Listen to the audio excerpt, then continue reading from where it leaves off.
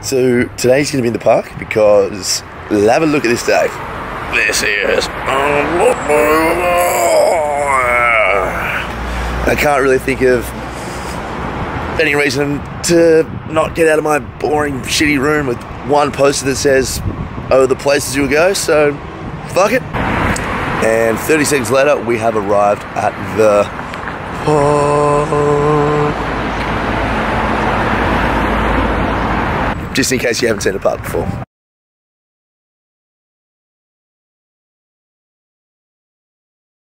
I think one of the hardest things about anxiety is that it can rob you of a lot of energy. And I remember when I was going through the worst of it, I felt like I never wanted to leave the house. But yeah, I mean, just hanging around in the park now, and I just sort of think about all those times we used to just hang out in my bed, you know, for days on end and not want to leave the house. Not necessarily because I had a fear of it, but more so just because, again, I didn't feel like I had the energy.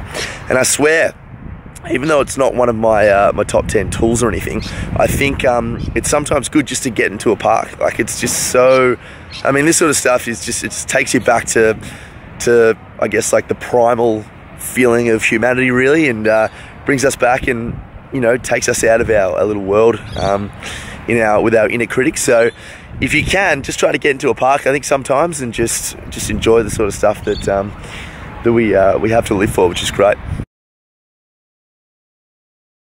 So guys, if you watched the video last Sunday, you will know that today is all about gratitude journaling and diary writing, I guess. And I've been getting a lot of feedback, which has been extremely positively overwhelming. I can't believe just in its infancy that I've been getting around to this many people, which has been fantastic. A lot of constructive feedback as well, because I think that's great. I want to grow this to be the biggest it can possibly be, and hopefully change the world with it. Yeah, I thought I'd get out of my my boring room and take it to a local park, Caulfield Park, if you're in Melbourne. But yeah, let's get right into it, guys. So basically, the best thing about diary writing, and we sort of spoke about this last week, is that it helps to logically process the irrational thoughts that are going on in your mind. I guess a lot of anxiety or past anxiety sufferers will know the feeling of that spiraling sensation of when it all seems to be getting too hard and you feel very cloudy, you feel very, very dusty, and you don't really know what's happening. You know what, I guess, the acute worry is, or the acute angst is, but all of a sudden you're in some other level and you're even more panicking. And I guess on that, guys, I just wanted to read a little part from my book again, because it just paints the picture, and then I'm going to talk about the gratitude journaling as well, and how simple it is. All right.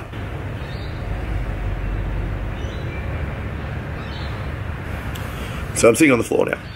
Keeping a diary helps you understand how you react to things. You see your thoughts on paper, not in your head. For example, dear diary, today I noticed a dead possum on the road as I drove past. It made me think of how fleeting life is and how important it is to cherish the years we have, especially with loved ones.